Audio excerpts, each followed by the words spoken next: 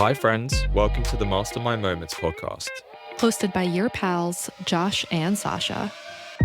Join us during our weekly mastermind as we collaborate on how to make the most out of our lives. Not only are we going to mastermind our careers, we're going to work on all areas of life together. Let's do it. Listen in as we make the most of our mastermind moments.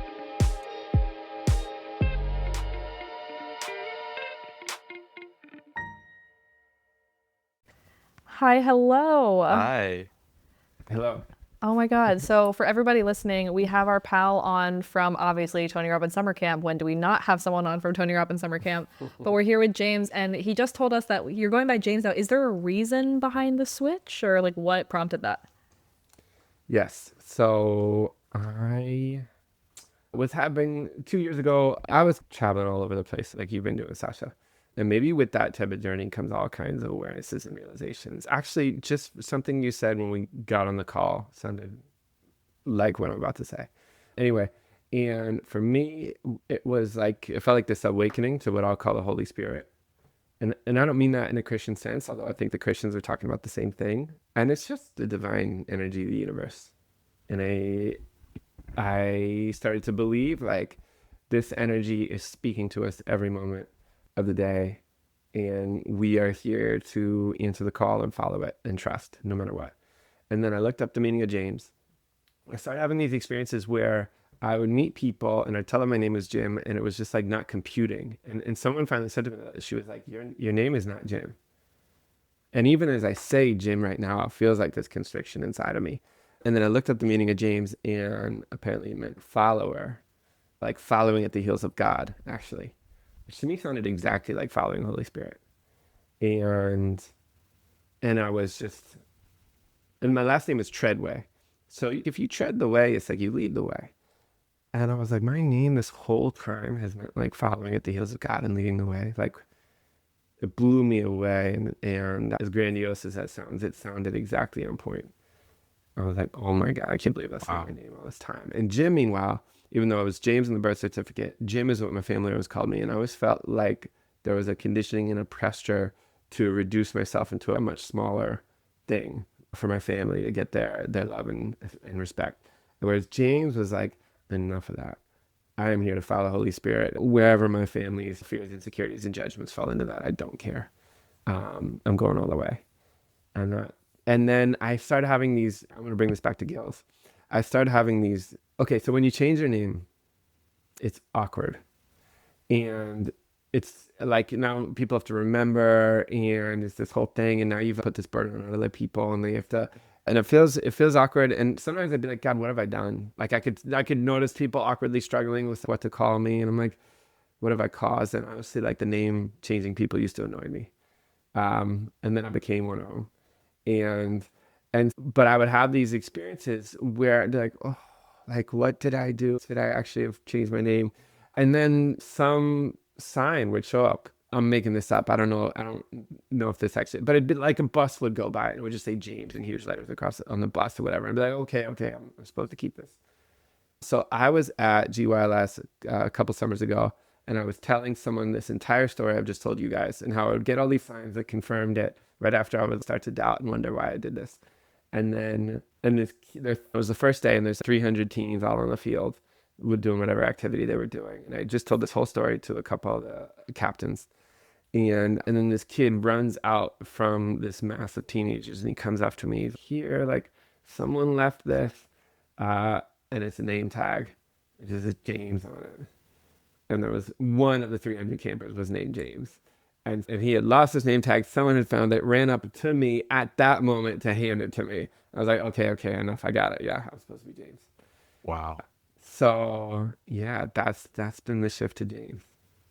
How interesting. It's so funny how God or the universe throws these signs at us. And we've just been talking about this recently. Like the universe, there is magic in the air, right? And it tells us and points us in these certain directions when we may be having doubts or thought processes about certain things, and it goes, nope, this is how you should be thinking. You're on the right track. It's putting you in your place in a way. Yeah. And I think that's such an awesome thing. It's a really, really amazing story. There's apparently, I found out after, there's 38 different characters, and someone told me, in the Bible who have this type of full on, like some experience, full on shift. God gives them a new name, and it is the start of a new chapter. Absolutely. There's an interesting aspect as well where you see how people in your life are willing or not to adapt to the new name. And it actually says a lot about the dynamic and them and their relationship to change. And so I just realized, I was just home this past Thanksgiving, and my family they've definitely awkwardly been struggling with switching to James, and not, for the most part, not doing it. But a couple moments, like, they're like, I can tell they've decided they should, and it's all painful and awkward. And anyway, I realized this past Thanksgiving, just a couple days ago, that this name change is for real. And I need to reaffirm that to them, but not like in a fit and being all like, how could you? I told you, whatever. No. It's like lovingly basically go to them and be like, I am for real about this. I know it could be awkward. Don't worry if it just doesn't feel right to call me James in a moment. You can call me James. I'm not going to be upset about it. But that is what I want. That is where I'm going, and I'm going to ask you to aspire to shift to calling me that. And I've been doing this for the last 2 years, but it's like that conversation of really putting it on the table for them, I realized does have to happen. And it's signaling to the universe and everyone, like, yeah, I am for real about this shift. But I'm not going to get into a big fit about it for everyone along the way. The whole thing is like a lot more involved than everyone would guess. It's so interesting, and I haven't thought about it in that way. When you make and it might not even just be a name change, it could be a change in your life in general, like a change in pattern or a change in who you are. And I know it's something we've talked about, especially with friendships too. It's if you make a shift, like watching how the people in your life react to that shift and how much resistance they feel to accepting you. And sometimes people grow apart in that way. Sometimes people like really align more in that way. And it's a really interesting thing to observe and to see. It's like a good indicator too, to kind of see where people are in your life as well. Yeah, it's an indicator in all kinds of ways. Yeah, big time. Because as far as I'm remembering, and I guess we'll get into it after we'll spin a wheel really fast because there's so much. All right. Spirituality. I guess this kind of ties a little bit. How do your spiritual beliefs influence the relationships that you have with others? Wow. That came from a wheel spin, that question?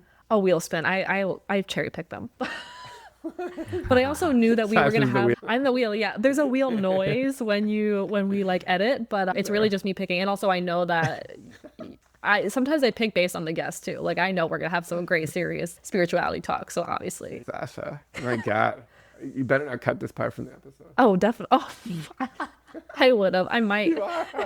Clearly, the way this operation's being run. Okay, let's see how my relationship to spirituality affects my relationships. Was that it? Yeah. Right. So, I do make all the decisions in my life according to what I sense is happening in the dialogue between me and the energy of the universe, playing out moment by moment. So, let's see. For my ex, and we raise her kids together, she finds this approach by me to be self-indulgent, narcissistic, spiritually bypassing, like taking the easy route. I think I don't know if this is fully what she believes, but it's definitely what she'll say to me when she's not, that's for sure. So just laden with all kinds of criticisms and hypocritical sense on my part. But I will follow it no matter what. And I think that can scare people because it's like, God, he could do anything, right? So he's not going to stay in whatever box I was really hoping he would. I cannot guarantee that he will. Shame, judgment, guilt are not going to work on him as it does for so many people. In my 20s, as I was really waking up and liberating myself on these fronts, and I'm 40 now, but in my 20s, I was really working through breaking free of the judgment and the criticism that dominated in my family. And I would have all these dreams where something would happen and then my parents would go to shaming and guilting me in every manipulative way they could come up with. And I just wouldn't budge a millimeter in these dreams. So it was like clearly coming into that and it was so affirming in that way. I think people in my life I think they think I'm crazy. And I love that. I love that someone could be like, did you hear James did this? And you like, I don't care what it is. They'll compared to most people, they'll be like, wait, oh my God, he might have done that. Right. And there's just such freedom. Yeah, I'm crazy. So I get to do whatever I want. And like worrying about what people think, when I hear people doing that, I'm just like, what? What? We're worried about what people like. Are you serious? It's ridiculous. People are idiots. And I have a friend down in Colombia. A couple years ago, I lived in Colombia for 10 months. She doesn't know much English, but she is I'm going to say she's a very awakened, very courageous kind of spiritual journeyer in this life. And I remember her saying to me, she said, the heart is crazy. And so it was, in other words, like if you follow your heart, people are going to think you're crazy, right? But the heart, I feel like, is this portal to that dialogue with the divine energy of the universe. And it's tapping into an intelligence that is infinite. Whereas the linear mind is confined and constricted. And if you're living your life in that way of what makes sense for my ego and my linear mind, to live from the heart will look crazy because it's infinite versus a finite way of approaching the world. I wish I had a better way of saying this right now. But so it will either look brilliant or crazy, I think, to a limited mind. It'll probably just look crazy. So my approach to spirituality has taken me to that dynamic with the people in my life. Yeah. We see. I could say more, but I've said a lot. Might you guys be dying to jump in with something? I have so many questions, and I have a question just in terms of, you say that you're following the divine energy of the universe. Is there like a feeling, or how do you know what to follow? What does that look like? A lot of it's a feeling. For a long time, I was training myself. Like the dawn of all my awakening years ago. So I was 20, and it hit me that what feels true will feel like light and open in my body, and what is not true for me will feel constricting and heavy and tight. And I was like, what if I live my life according to that? And I'd say I'm 20 years on, still living that experiment. I'm still doing it. So there's a real sensation part. And then, you guys have read The Alchemist? Yeah. Have you? Yeah. Josh, I'm not getting it from you. Yeah. You read 2 chapters and feel ashamed about it? I would say probably 90%. That was right. How did you know? That's funny. It might be relevant to what we're talking about. So there's that. And then there's Celestine Prophecy. Have you guys read this one yet? No. The Celestine Prophecy. By the way, there was this kid at Gills back in the day when I think both of you were there. He was this Australian kid. And he was like very precocious. He was one of the campers, but somehow Sage Robbins had anointed him as someone. Do you guys remember this kid? No. In fact, I would have thought you guys would have. Anyway, I remember talking to him way back then, probably 8 years ago or something. And he just mentions the Celestine Prophecy, how he's reading it. And it just had this tone of of course, like everyone's read this or something. And I never forgot it. And so like a year or two, just him still in my brain, I was like, time to read the Celestine Prophecy. And it, so much of Tony Robbins actually in that world made sense to me, thanks to Celestine Prophecy. The idea was just like, when you raise your frequency and your energy, which all the dancing and yelling and all the weird things we do in a Tony Robbins environment is designed to do, your frequency will rise and you will tap ever closer to your higher self and to guidance from your angels, your ancestors, whoever might be on the other side who's trying to communicate to you about how to live out your highest path in this life. And Celestine Prophecy gave me a lot of trust in those momentary downloads and impressions that come to you, which most of us just write off. So examples, and Sasha, I feel like both of you guys have good stories yourselves on this. But so like right now I'll have this thing where, let's say like I've got to watch the kids tomorrow. So it's Aiden, he's 6, Mila, she's 14. Maybe it's gonna be a Sunday and I gotta watch my mom is totally relaxing, doing something herself. And I'll be like, God, what am I gonna do with them? And I know to just trust that I'll get these little flashes or downloads out of nowhere, which will be exactly what we should do. And so when that little thing, maybe I just get this little flash of us at the beach. And Celestine Prophecy really taught me to trust that. That's exactly what we're supposed to do. So, Sasha, there's like that sensation thing. Does it feel light or tight and heavy? But also there's now those little momentary impressions, just boom. I'm like, oh, wait, listen to those. And I will make the absolute biggest of decisions based on this. And the alchemists also show there's like this language, this dialogue always happening between you and the universe if you're just aware and open to it. And the more you open yourself to it, it will speak to you more. And if you shut yourself down to it, it will stop speaking to you as well. That was like a big theme in that book. So I think just putting all these together, it's like, whoa, this is always taking place. And I am here to James. I am here to follow it totally, no matter what. This is so fascinating. It makes me feel really guilty in a way, because I feel, especially recently, and again, Sasha and I have spoken about this a lot recently, I've been having a lot of these kind of, something is speaking to me, something is telling me to do certain things, giving me signs to go in a certain direction. And it's been a theme throughout most of my 20s, most of the time that I've known both of you, that I get these signs, I get these ideas, and I never follow through. And it's interesting that you picked on me about not finishing The Alchemist, because it's fucking true. Like I don't follow through on these things, and it's so almost inspiring. It feels like it's almost, again, this is like one of those things. That's what I need to hear right now in order to actually start accepting it and to opening myself up to it instead of closing off. Or I don't think I do close off to it. I think I accept it and these things come in, but I never follow through, and I never actually really pay serious attention to them. So it's it feels like a bit of a wake-up call. It's funny, Josh, from afar, I see you as someone who is really boldly following all this stuff, but I believe you that there is this more micro level where maybe, it's calling you to something even more spontaneous and sparky and brilliant and profound. And you're just like, what? I don't know about that. And maybe you're being called to even more of a step in that direction.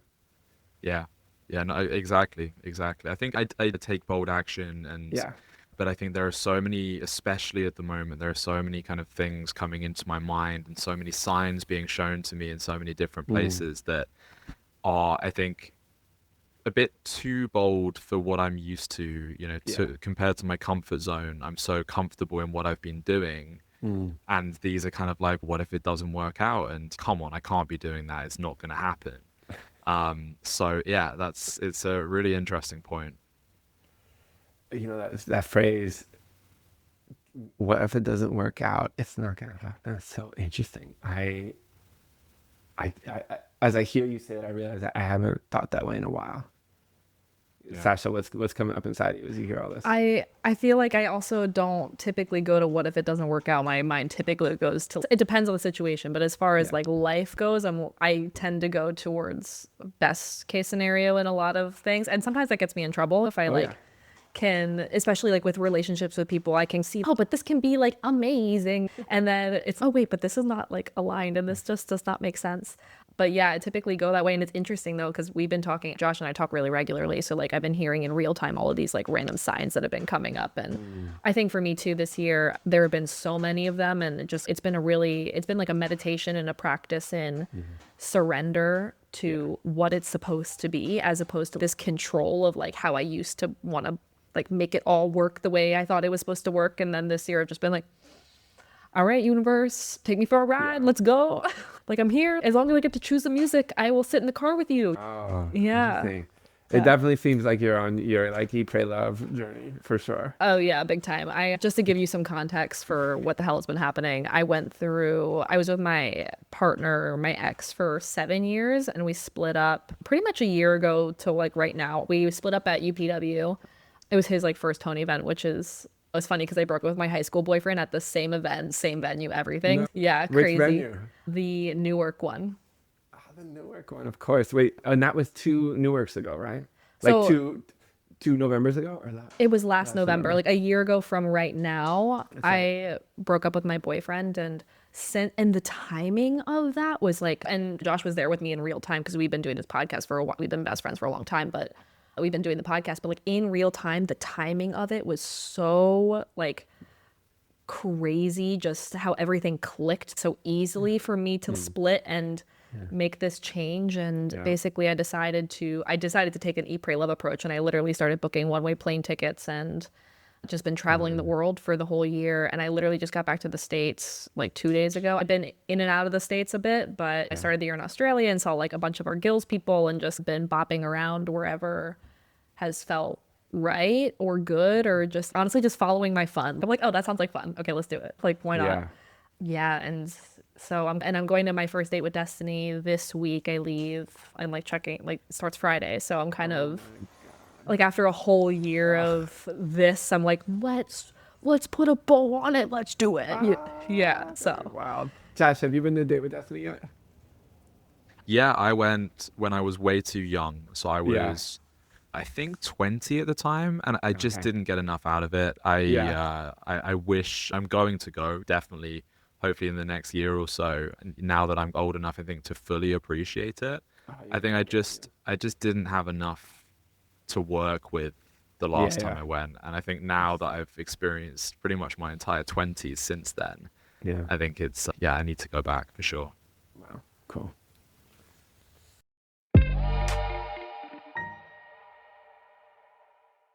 Yeah. Jim, I have a question about what we were just talking about. It's in line with spirituality. There's two parts to this. First of all, I guess I almost certainly wouldn't know this backstory, but I'm an addict. I've been in recovery from gambling, like very severe gambling addiction, for about coming up on 4 years now. But I spent most of my 20s in a really, really bad position. And part of the program, to the STEPS program, the Gamblers Anonymous, is finding a higher power. And it's something that I've always struggled with. And it's something I've put more thought into recently, because I realized that a higher power doesn't necessarily have to be a god, for example. It could just be that higher calling, what we were just discussing. It could be something that is speaking to you from wherever it is, your intuition, energies, the universe, whatever you want to call it. And I very recently started to step into that. I think my main question really for you here is, when you're getting these kind of this intuition and this feeling, that this pull towards doing something. Yeah. It's a really interesting one, because I was just thinking while you were talking, as an addict, I've been clean for almost 4 years, but I feel this real pull a lot of the time towards relapsing and to gambling and making money that way. And I shut it down every time. But if I was to say lean into whatever I'm feeling pulled towards, or whatever my intuition is, I think the risk is that there is a bit of, but I think there's good and bad, and it's distinguishing between those, right? For sure. That discernment is basically the question, right? Yeah. Yeah. I've had dances with addiction. Let me think. I think it's a question of your nervous system in part. So sympathetic versus parasympathetic nervous system responses. Do you feel like you can explain the difference between the two? I don't know how like versed in this you might be. No, probably not. I would love an explanation. Okay. Yeah, this gave me so much freedom. Talk about addictions. When I went to Colombia, I got addicted. I hadn't been addicted to this before. So there's something called rapé, and it's a part of ayahuasca ceremonies oftentimes. And it's tobacco powder. They call it sacred snuff, and you blow it up your nose. I definitely got addicted to that for a time. There's also something called mambe, which is this green powder you put in the side of your mouth. It comes from cocoa leaves. Same thing that, cocaine made a different way comes from. So it's not like cocaine, but mambe. And there are all these spiritual connotations around these, quote, medicines. They would supposedly connect your head to your heart. Let me think. Connect your head to your heart and your thoughts and your words. Something like that. I had a slightly nicer way to say it in the past, but that's the idea. So anyway, learning about sympathetic versus parasympathetic is what gave me freedom over this. And I'm not perfect, but I think no one would call me an addict unless someone was meaning it in the highest, strictest sense of it. Maybe. But yeah, so I've gotten 99.9% freedom on this stuff. Maybe I'll call it that for now. Sympathetic nervous system response is when you are going into more of a fight or flight or a stress and anxious response. That was always confusing to me because sympathetic sounded like it should be like the other one. Parasympathetic, which is calm and grounded. Sympathetic, think stress, think sweat, like S's. Sympathetic, sweat, stress. That's when you're like stressed and anxious. Parasympathetic, calm and grounded. I think of a parachute. And if you've done skydiving or whatever, and you've had that feeling where the parachute comes out and you're just like, I'm caught. And I'm just like gliding safely, gracefully through the sky. That's parasympathetic. Every yoga class, Tai Chi class, meditation, all of that, it's all just to move your nervous system to calm and grounded. Because that version of you in parasympathetic, at least the way I teach and think of it, is 1,000 times better at life. And I think the way I ended up on this podcast is Josh, I reached out to you about my book, Answer to Anxious, right? So this is the core idea of that book. It is that our parasympathetic self is 1,000 times better at life. And your parasympathetic self doesn't have addictions. Your parasympathetic self like really has discernment and judgment and timing and flow. Including with gambling, by the way. There's probably, thank God I'm not interested in gambling. I think it's because I'm not that good at it. But if I were good at it, this would be tricky. And Josh, you probably know that feeling of when you have actually been gambling from a parasympathetic place, your instincts were sharp and like you actually could stop. And that just muddies the water even more because all the other times when you were gambling as a response to your sympathetic nervous system response, it was really coming from stress and anxiety. And the way I see anxiety, if someone tells me they have anxiety, I know they have addiction. It might not be to something as obvious as gambling or heroin or weed, but it could absolutely be to your phone or to judging people or bullying people. If you've got anxiety, I know you have addiction because in anxiety, you're just craving that sense of peace that comes in parasympathetic. And your addictive habit is just this reliable go-to way that for some short time, you get a synthetic feeling of parasympathetic. And if we could look at your biomarkers and whatever in a bunch of ways, it's all that thing, I finally feel some peace. But then the addictive habit is done and you go right back to stress and anxiety. So my guess is, Josh, from what I know of you, you have a huge, sensitive, brilliant heart and mind. And that renders you quite ripe for the pain of existence. And when you were younger, you didn't know how to deal with this because most of us didn't, and our models around us weren't perfect. And so gambling just gave you that reprieve in all these different ways. The excitement, the feeling of a winner, making a huge gain. I'm guessing you probably do have some pretty natural skill with it compared to others. Am I right? Yeah, I think that was part of the problem was that I was very good at it at its peak. And that kind of got me hooked. Exactly. So the moments where you find yourself wanting to go gamble, I would guess is not coming from your parasympathetic self. It's coming from stress and anxiety. There's just unhealed emotional wounds, of which we all have thousands to tens of thousands. And they're just bubbling up and they're wanting to feel seen and heard. The last chapter of that book is about how to heal the real roots of our anxiety. And it's saying those moments of anxiety are really coming from times in our past where we did not feel seen or heard in the pain we were experiencing. And now that I'm raising kids, there are so many moments where a normal human being in a normal setting is accumulating unseen hurts and wounds, and the people around them aren't making them feel seen. What do you do when you're alone with the pain? It's too much to bear, so you stuff it down and try to dissociate from it, but it's just getting stored in the subconscious. It triggers. So when I'm feeling triggers come up, it happens every day still. I'm so much better than I used to be. I see that as there's some part of me further back on my timeline who was alone with his pain. And he is asking me just in a loving way to be present with that pain. So let's say it's fear. Then if I can, I will stop, I'll close my eyes and I'll locate where I feel the energy of the fear in my body. Josh, you want to try this with me? Would you be up for it? Yeah, absolutely. So when you get that little instinct to want to gamble, and it looked like it resonated for you that that's coming from probably a sympathetic stress and anxious experience that you're having in the moment. Does that sound right? Yeah, 100%. And so what would you guess? You might not have the answer to this. It's a vulnerable question to ask, but would you guess it's a sadness that comes first?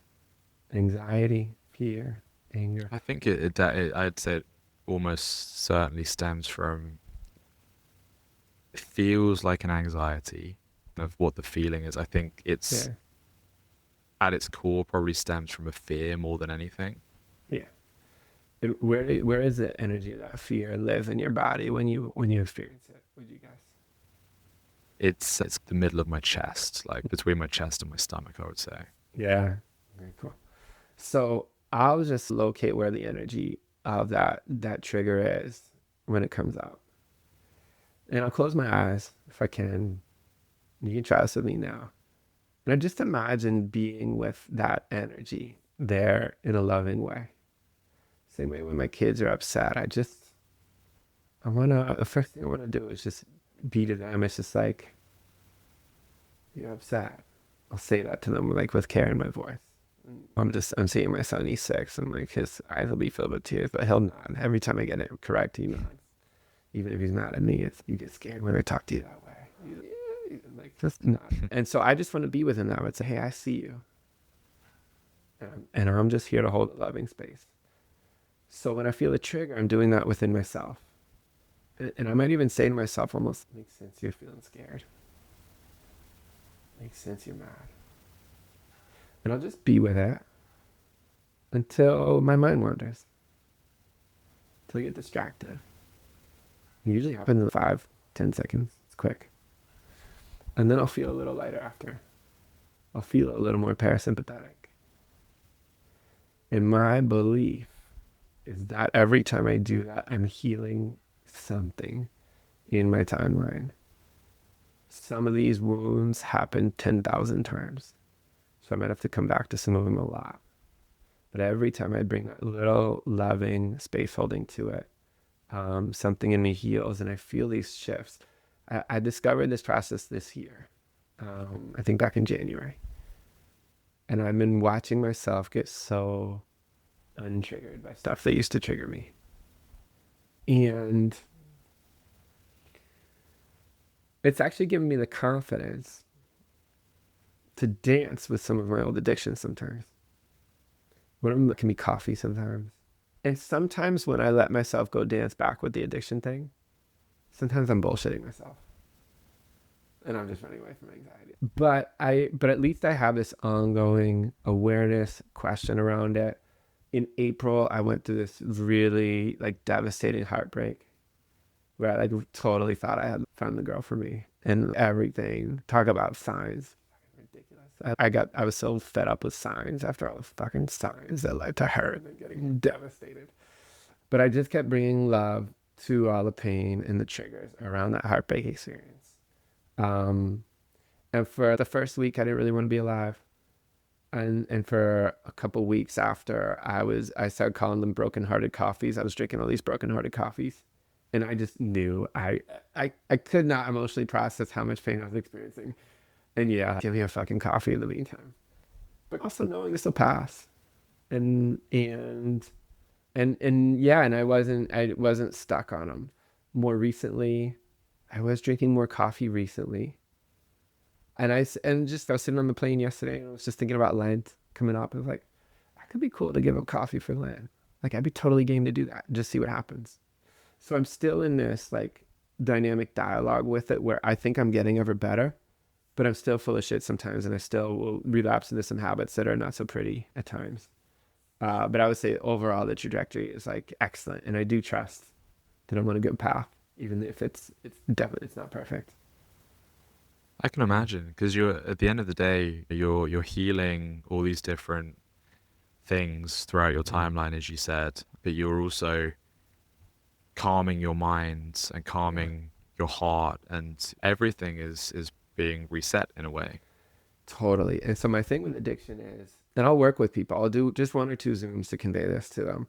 It's you can now for harder core addictions, maybe this doesn't work, but a lot of us are dealing with like softer core addictions, and they're there if we're willing to be honest about it.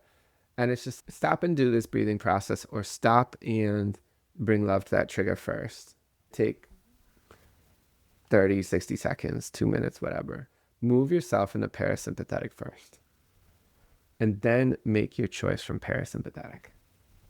Because that version of you is grounded and calm and will do the thing when it makes sense to do the thing. And it's like learning to trust, like you keep yourself in parasympathetic. Yeah, go have some rapé. Or yeah, maybe it's just too ridiculous to say to you, Josh, based on your experiences. But maybe it's like at some point in your future, you can be like, you know what? I actually can play that game of poker or whatever it is, and I can actually know when to leave. Yeah. And maybe what I'm saying right now applies to some people with gambling, not others. I'm not claiming this is universally true, and there's a magnitude to all this stuff. So I'm aware of that. But I think it's possible that our parasympathetic self actually has the discernment to not get deluded and to do the thing for the sake of the thing and not as a distraction or process of running away from something else. Yeah, yeah, as it's fascinating. It's what's the name of the book? My book, yeah, a whole bunch of books I'm probably talking about. My book is Answer to Anxious. Okay, yeah, And you probably weren't asking for that one, but I'm happy to say it anyway. Yeah, Answer to Anxious. And I actually think for the questions you're talking, Josh, I think you'll dig it. You find it really absolutely. relevant and Yeah, helpful. Was there another book that I was talking about that you might be thinking of? it was the one, yeah, that the Australian kids mentioned. Oh, the Celestine Prophecy. Celestine Prophecy. Yeah, yeah, yeah. It's a hokey, silly adventure story. If you're a literature snob, you'll struggle with it. But I don't care. And it's just I found messages in there with such clarity and power that I haven't found anywhere else. And it just gave so much confidence to you're being guided. You are here. Your soul signed up to carry out such a high purpose and mission if you're willing to answer to it. Getting into contexts that raise the energy, and surrounding yourself with people who are doing the same thing like we're doing right now in this conversation, we'll get to a place where what we're even saying to each other, we're all just actually channeling to each other. And I'm just saying stuff, I don't even know why, but it's my guides knew Josh needed to hear this. And you guys to me. And I've just come to really trust that. It's like you have these situations where it's like, you don't know how it's going to go. And I'm just like, it'll show up, but it'll show up like how I'm supposed to handle this thing. Yeah. There's a lot to relax about where we would have worried otherwise. Yeah, that's so interesting and so many powerful lessons. I think that the big thing for me is a big thing I really struggle with is the thought of relapse. And there's various Mm, reasons for it. And I think I identify what those reasons are quite well because it tends to be when I'm going through something or a certain emotion that those thoughts or those temptations come up. But just doing that exercise with you now, it felt so powerful to kind of mm, taming that and yeah. stepping from which is clearly my sympathetic into a Mm, parasympathetic state, and yes. it's a very powerful exercise, so thank you for that. Such a pleasure. I'll jump in real quick and I'll just say it's like anything that can move you to parasympathetic. Being in nature will do it. Exercise will do it. Moving your body. I didn't realize those used to sound like cute, nice ideas. And now I realize I was like, no, those are essential. You have to do them. And when I shared that process of noticing the trigger in your body and just be with it in a loving way until your mind wanders. It's probably the most powerful thing I can share in all the coaching work I do. And I think it goes over people's heads, or they're not quite getting how potent it is. And so what I'm starting to play with is to challenge people to do it 200 times. Just put a little note in your phone every time you do it. Get to 200, and then tell me how your life is, and tell me how you're feeling about yourself. So Josh, if you want to take that challenge, I'd be so happy to start a dialogue with you and just hear how it goes, and we'll be in touch about it. 100%. Yeah, I would love to do that. Sasha, are you in? I'm in. I'm absolutely in. So what it becomes is like every time you feel a trigger, I'm just falling back into a bed of love. I just get to lovingly be there for myself every time.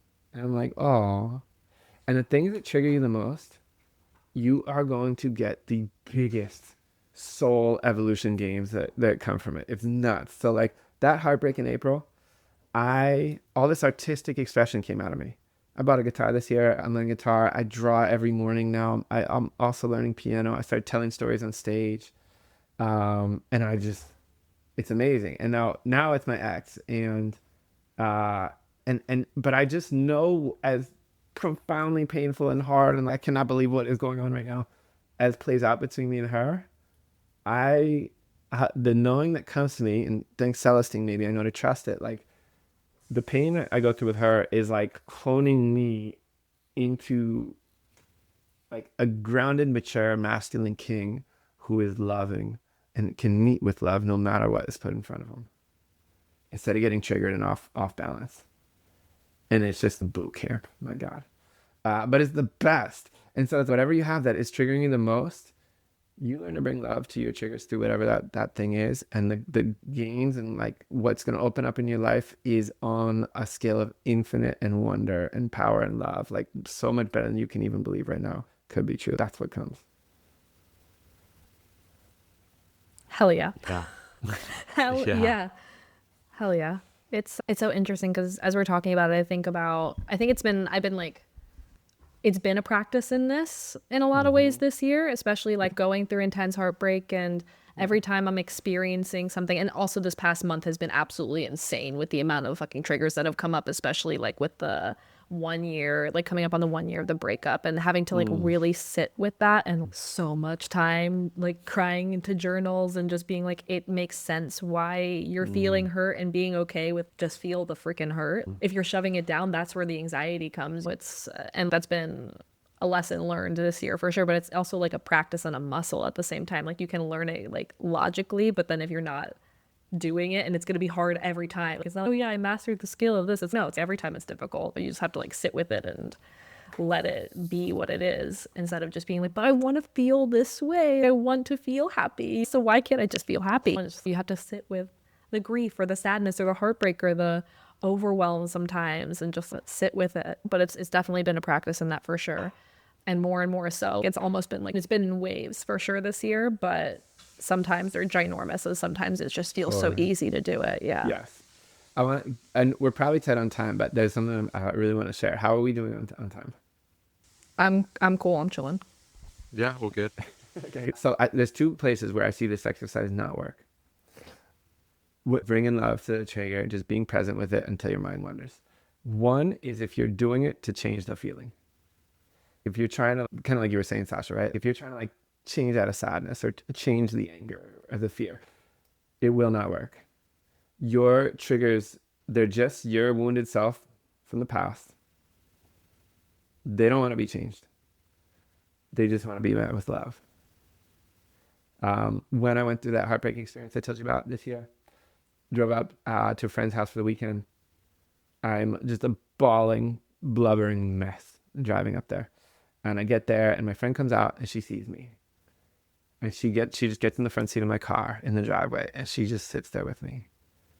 She takes my hand. It was the sweetest, most beautiful thing ever. I was like, oh.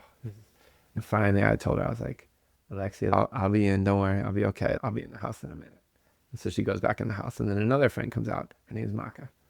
And Maka comes out and sees me and is, you are a mess. And Maka basically starts trying to coach me out of it. And after just a little bit, I was just like, Maka, I love you, but you got to get the fuck out of here. Do not try to coach me out of this. There's nothing is working here. I just needed someone to be there with me with love. And I think that's what our triggers need. That's what our younger wounded self needed. So one is if you try to change it. And the other way where it doesn't work, sometimes I'll do it with people.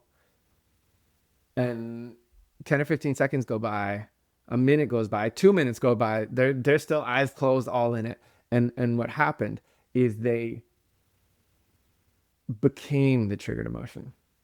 They just became the fear or the anger. So they're like feeling it full on, right? So a lot of people say this, oh, you got to feel the feelings. That's cool. But what I'm actually introducing is more nuance than that. It's to be with the feeling with love.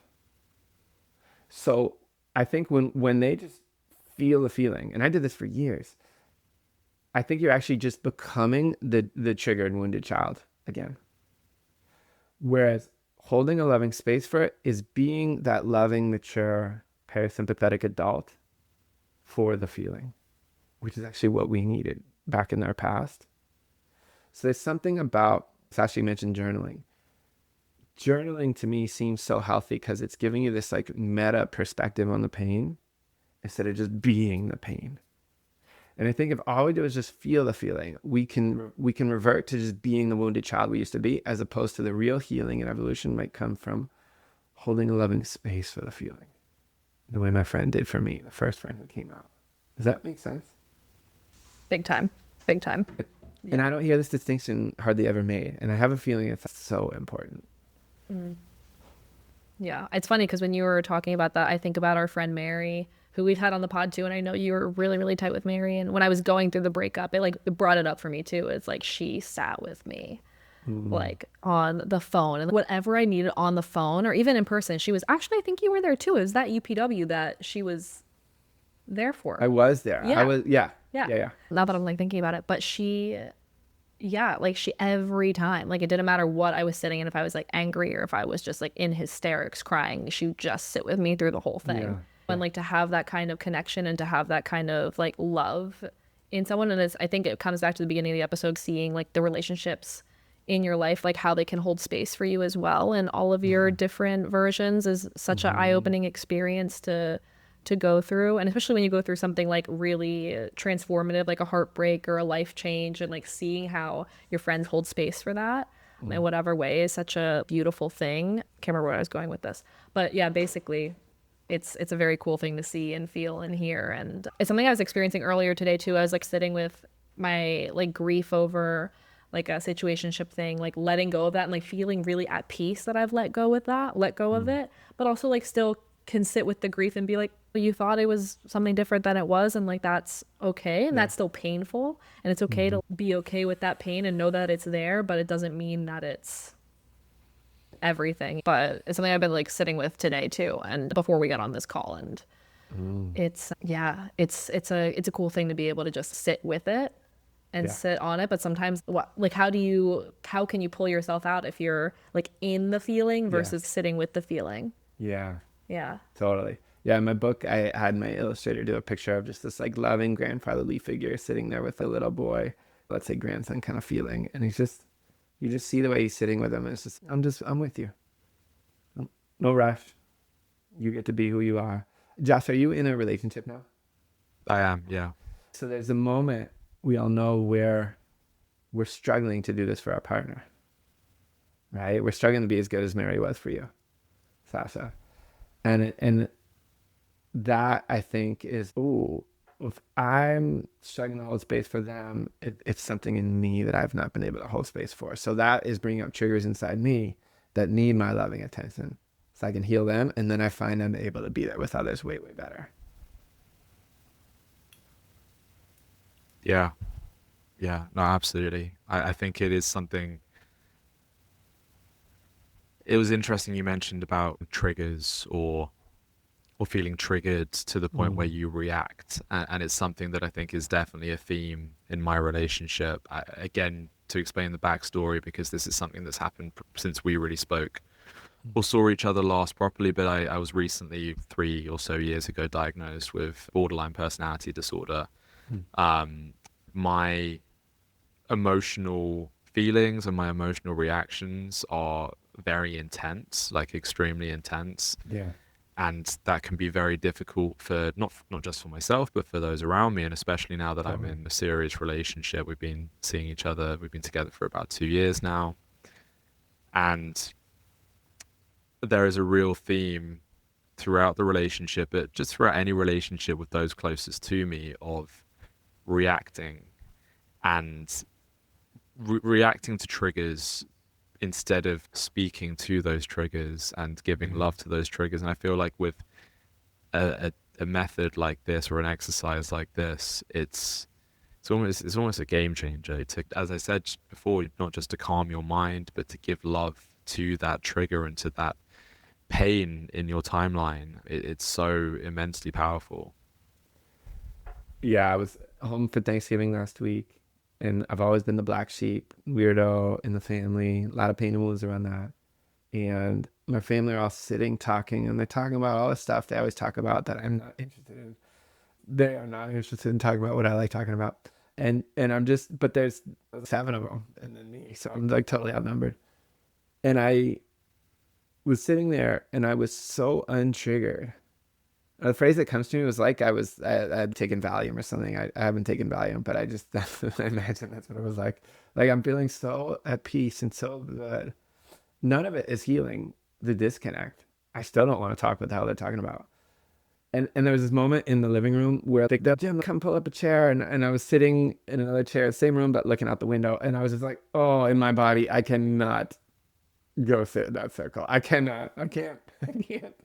But I'm here, and I'll pipe in with some jokes every once in a while. I'm listening, but there was no trigger in the whole thing. And my dad said to me at one point recently, he was like, "You're so relaxed now." It's like somebody flipped a switch inside of you. And I used to for them being around me, used to feel like walking on eggshells, because they were going to trigger me, and I was going to react, and I was going to get really righteously angry, and it wasn't any fun for anybody. Which, in all honesty, it sounds a lot like me in recent years. I think my family, and I think the people that are usually impacted by someone with BPD, for example, and now my partner, and we live together, and I think she a lot of the time feels like she's treading on eggshells, because I Yeah. don't have that kind of.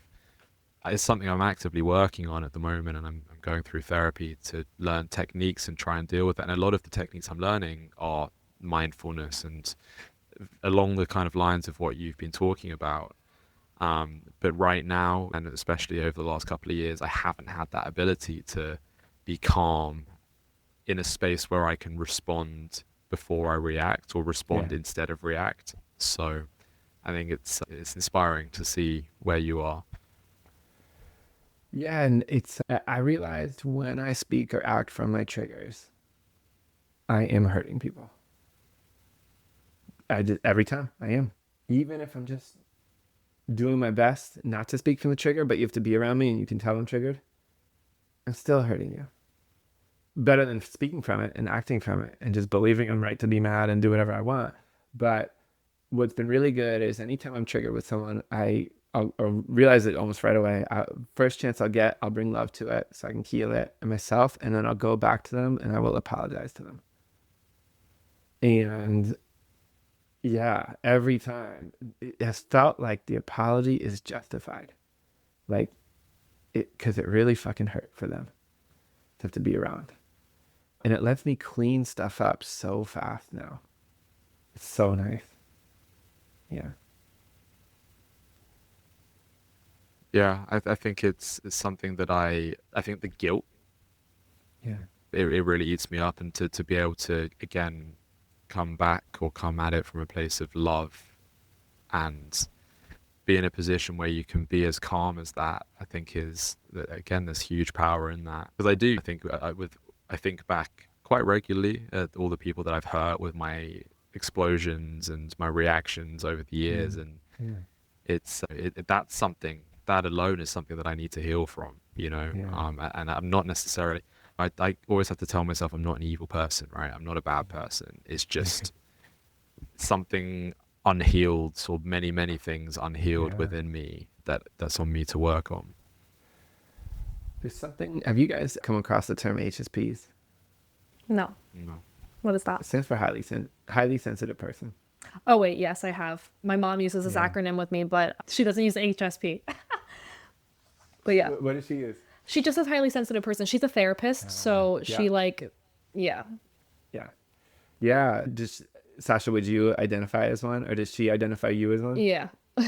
Okay, yeah, of course. The degree to which toxic factors affect us is more profound. So we're more woundable in that way. But the degree to which we respond to positive, healthy factors is also more profound. So we're actually more healable at the same time. And I don't know, just the little I know about you, Josh, and just hearing your story, I'm just picking up a sense of such a powerful capacity in you to feel. Yeah. And it's so much to learn to be with. But as you do grok it and just really get it online, there's just so much power and charisma and love just waiting to come uncorked. I don't know. I just feel like that's so much the journey of HSP, and I'm just feeling it so strongly as I hear your story, Josh. Yeah, I appreciate that. This has been a really beautiful conversation. I knew it would be, and I said, Sasha and I spoke about getting you on, and we were like, James is the perfect guest. It just in terms of the kind of things that we talk about and how we like to go deep about these things, and it's been a really beautiful conversation. So thank you. Yeah, absolutely. When I got on, I was like, okay, we're gonna need 4 hours. Yeah. We're gonna have to do a part 2, 3, 4. Yes, big time. It'd be And maybe so we should fun. have we've had Mary on before, and Adam's going to come on at some point, but I think maybe expanding the group would be cool too, because I know that Adam and Mary can go deep, and I think that'd be a really interesting conversation. So maybe we can get like a group session going. I think that'd be fun. Yeah, that would be a good one. Yeah, big time. Thank you so much for coming on. This has been really, I don't know how to I know how to describe it. It feels like such a grounding conversation, like a peace, like it's brought a lot of peace to me internally. Like I was already feeling in a peaceful state, but like very like grounding and like a very aligned conversation. I think especially with what Josh and I are both like individually going through right now, but also just in general. And that's one thing that we find about podcasting too, is that if people are going through it in like different ways, it's typically like a broader thing and the conversation needs to be had. So thank you so much for sharing your time and your energy with us. It's been so amazing. Yeah, such a pleasure. I want as many excuses to come back on as possible. Oh my God, please. Please. Yeah, let's do it. Actually, that'd be so much fun. That'd be so much fun. All right. Thank you guys so much. And we'll catch you guys next week. Bye. Oh, hey. We hope you enjoyed this episode. Don't forget to subscribe, leave us a review, and follow along on social media. If you would like us to help you mastermind something in your life, please send us a message. We'll see you next week on the Mastermind Moments podcast.